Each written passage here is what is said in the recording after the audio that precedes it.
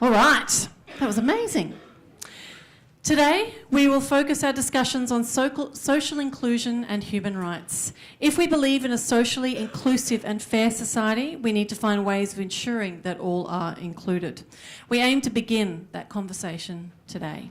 For those of you who are still standing, if you want to just come on in and grab yourselves a seat, get comfy. It's a long day to stand. Platform 1225 was established by the QYHC with the inaugural event occurring during Youth Week in April 2017 as a part of National Youth Week. Yeah, take a seat. Join us. Platform 1225 provides an opportunity for key stakeholders who work with young people in youth housing and homelessness and associated arenas to join with young people, academics and practitioners to gather and explore new ideas to address a specific topic. Today, it's social inclusion and human rights. We have a full program today that encompasses the expertise of many, most notably our young people who will share their lived experiences. Social media, the forum will be using one primary hashtag Platform 1225, across all social media engagement to ensure interested parties can follow, join and stay engaged in the conversation. We will be sharing information about the program and speakers on Twitter via @Platform1225. Please check our Twitter feed at Platform1225 and hashtag Platform1225 to stay up to date. We would appreciate your assistance with amplifying the forum and using your own Twitter accounts. As you know, the more people who post, the more the algorithm loves us. The Twitter is @Platform1225, hashtag Platform 1225. I'd like to acknowledge our principal sponsor, the Department of Housing and Public Works, our gold sponsor, the Services Union, and silver sponsors, Residential Tenancies Authority and Info Exchange, showcasing the Ask Izzy app. You can applaud them if you like. I'd also like to acknowledge Melissa McMahon, the State MP for Macalester. Queensland Youth Housing Coalition, QYHC, my apologies, Management Committee, represented by Adam Barnes, Chairperson, Christine Robinson, Treasurer, Alice Thompson, Secretary and Committee members, Lorraine Dupree, Megan Hall and Brett Johnson. Bit of housekeeping. Some of you have found it all already, I'm sure, but the toilets are located next to reception. That's that way, near the main entry. The ladies have a slightly longer walk. The emergency exit procedure, in the unlikely case of an emergency evacuation, you need to follow the prompts of our functions supervisor. Take your phone and handbags with you and exit calmly as directed. Parking validation, we have discounted delegate rate available, so see reception when you're leaving to validate your pass. Make sure you do that on the way out because it is a little expensive without it, so please make sure that you do that if you're parked on the site. Filming, the event is being filmed. The gentleman up the back there, clearly filming. Photos will be taken to capture the day. If you do not wish to be photographed or filmed, please make yourself known to our event manager, Caitlin, who's over there, during the break.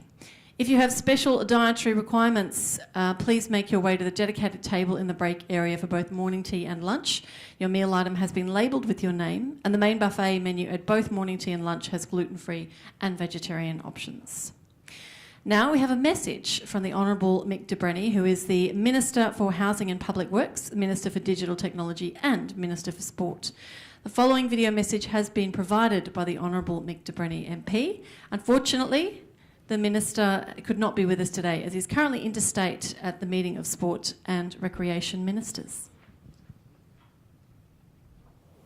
I'm firmly committed to supporting you, supporting young people in Queensland to be your best. And I'm sure you know housing is a huge issue for people that you know. And one of the reasons I love my job as Housing Minister is the chance to make a difference for people in housing. And it's important because having safe, secure and sustainable places to call home is vital to a positive start in life. It all starts with having a home base, not just a roof over your head, but the place from which you can really take on the world. And that home base is where you prepare to take on the world, where you hone your skills and education, where you prepare each day to hold down your job. And all that means you've got a far better chance of winning when you do take on the world. And when you're winning at life, then we're all winning, because the alternative offered involves homelessness and unemployment. And that is a cost for all society. I'm really proud of the Queensland Housing Strategy Action Plan. I'm proud that we built that strategy and action plan by sitting down with young people, Thanks to organisations like the Youth Housing Coalition, the action plan sets out a pathway of new initiative. These ideas that have all come from young people themselves. And one of the ideas that is super popular with young people are youth foyers.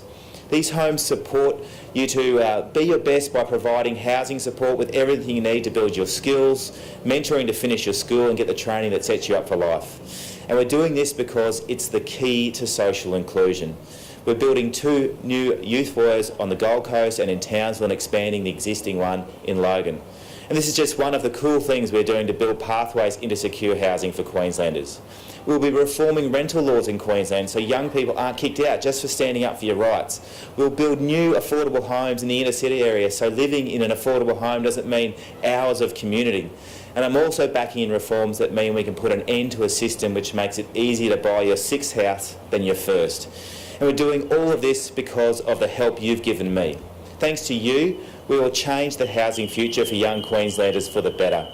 And whilst I can't be there today, my door, it's open to all of you. I'll never stop listening to the views of young people about social inclusion. And if we're getting it wrong, please just let me know, because what we've built here is a partnership. And partnership means we've got to talk and I've got to listen. So I know those might be tough messages for government to hear, but we need to hear them.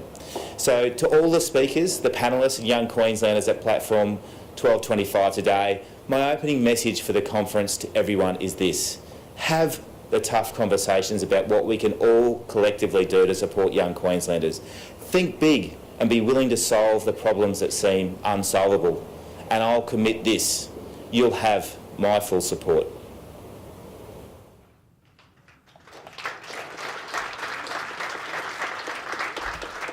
And now our first speaker, apart from our introduction, of course, which was a wonderful speech. It's the QYHC presentation by Maria Leebeek, who is the Executive Director. She formally commenced as Executive Director in June 2018. Maria has a long-standing commitment to working in the not-for-profit sector on social justice issues. She's been employed in a range of positions, from direct practice with a focus on housing and homelessness through to organisational management. This grounded experience has enabled Maria to undertake a range of project and policy work and to share this knowledge and advocate in a range of community and public settings. Please bring her up with all of your love. It's Maria.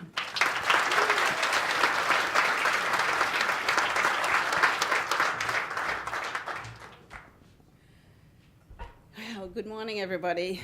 I firstly want to say a big thank you to Derek for such a warm welcome to country. I just think his welcome to country shows us the uniqueness and the beauty of our First Nations people. I'm really touched by his welcome and his welcome to country. And to share his ancient stories and his stories of his family. So, yeah, thanks, Derek. Yeah.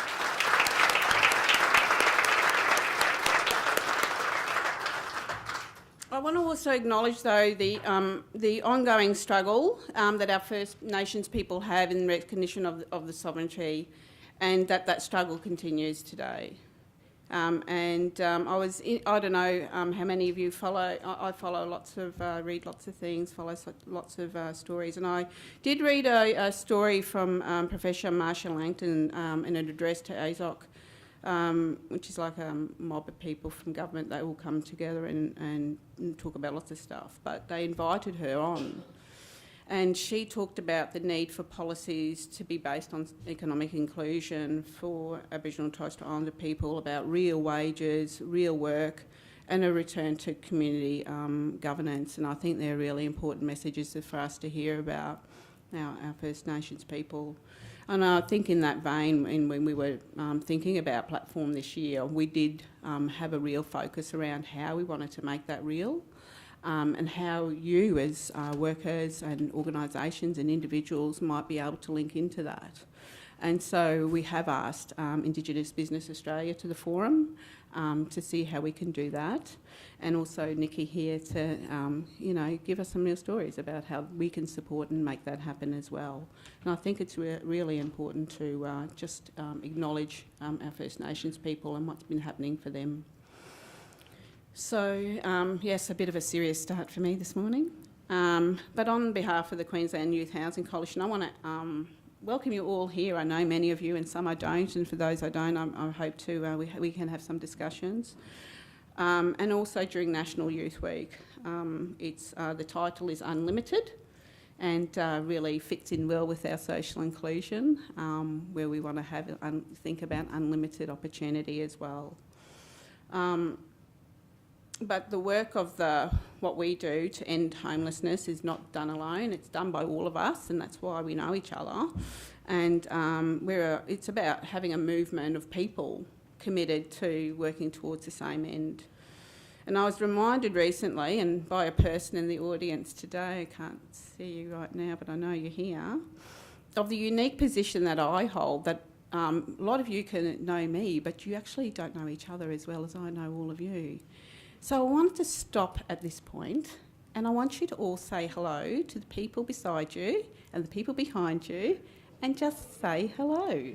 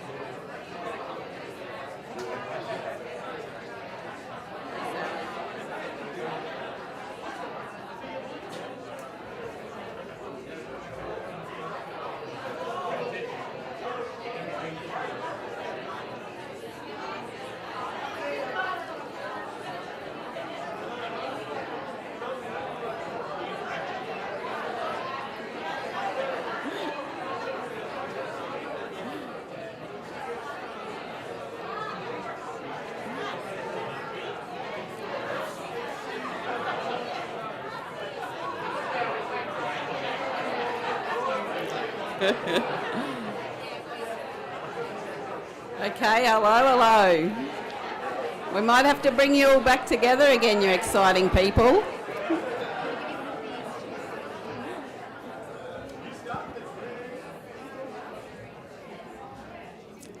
Well, that's very exciting. I'm sorry I have to stop you now. I feel really bad.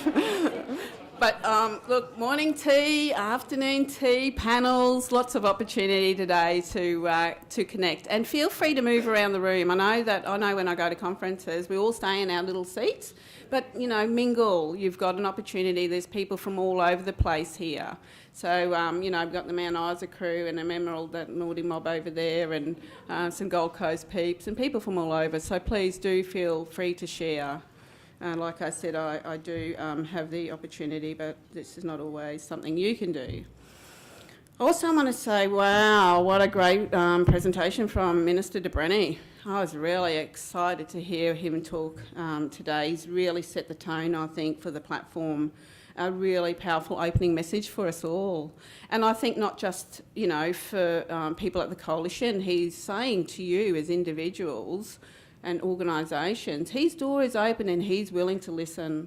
So take that opportunity, because he will do that. He's great. He's a great guy that way. And it's fantastic to have a minister with such great passion for young people. And I think you can hear that. That's a really, great, fantastic, generous presentation and opening message to us. And his desire, his honest desire to create, opportunities for young people about optimistic futures. And again, that's what we're on about today, about social inclusion. So the platform has been, like I said, deliberately focused about that, to look at those positive life opportunities. We've got a great opportunity here from a whole bunch of speakers and young people that probably will challenge, but also inspire us to think about how we can do things differently and better. The Minister noted that he's open to us having difficult conversations, and I think we do need to sometimes have those difficult conversations, and to listening to solutions. The other thing is, not only has the Minister opened his door and is open to listening, but he's also opened the department in a way. So we've entered into a strategic alliance with the Department of Housing and Public Works to give legs to that process in government. So it's not just him talking about, door's open.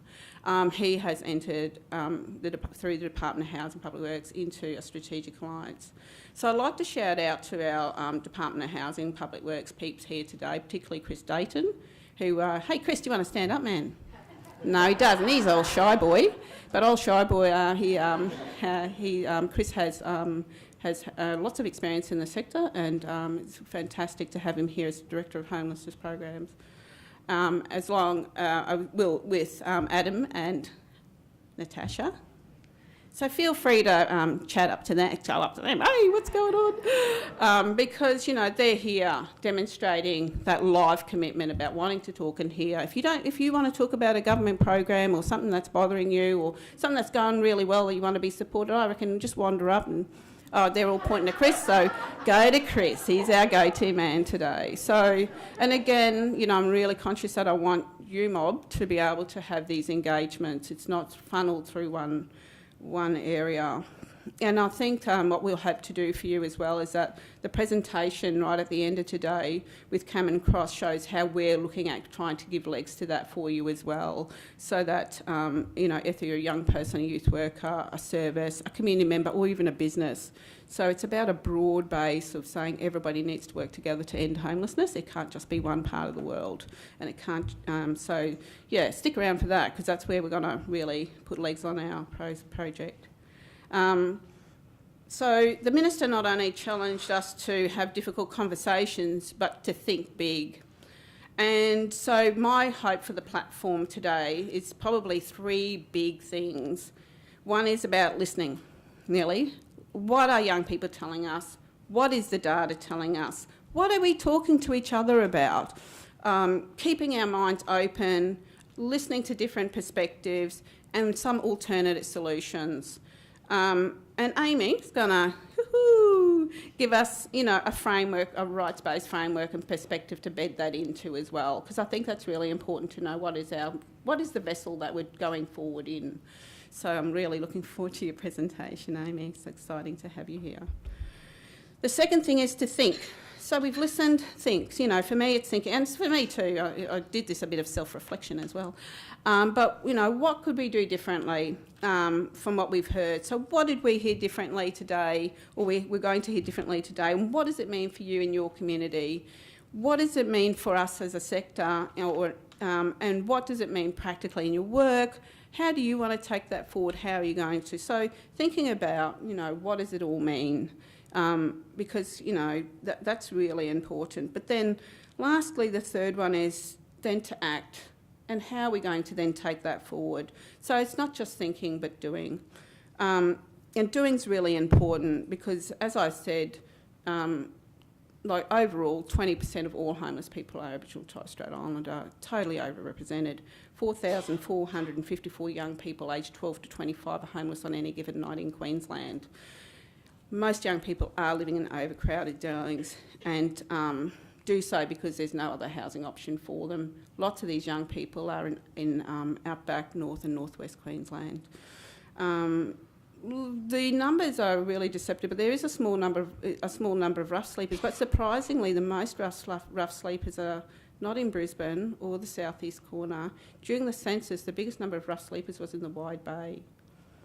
So the Wide Bay is like Bundaberg, Harvey Bay, Gympie people.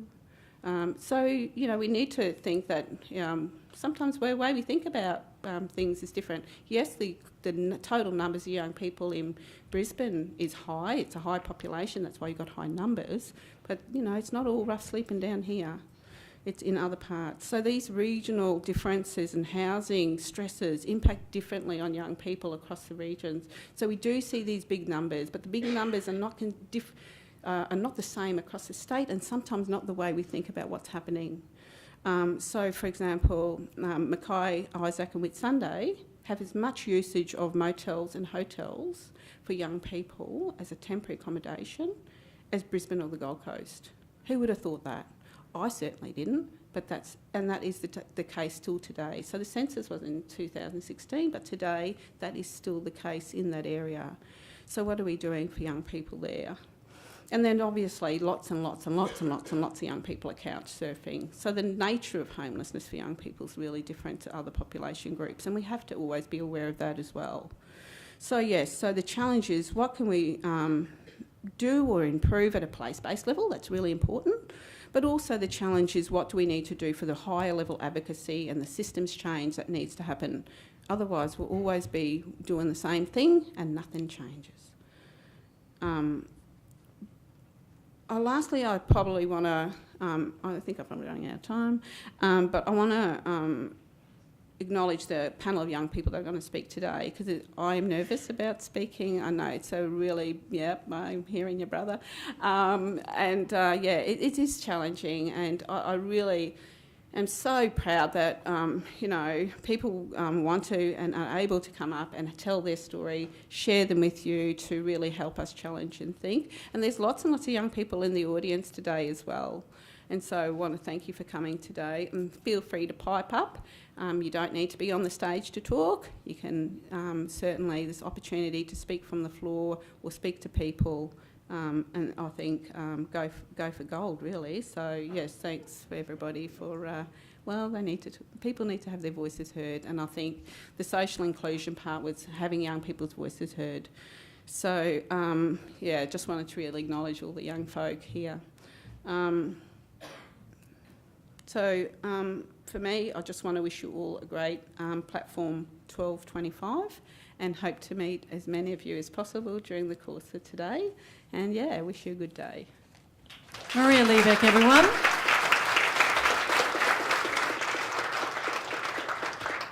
Give her another round of applause. She was very nervous and she nailed it. I could listen to her talk all day, but that is not what we're here to do.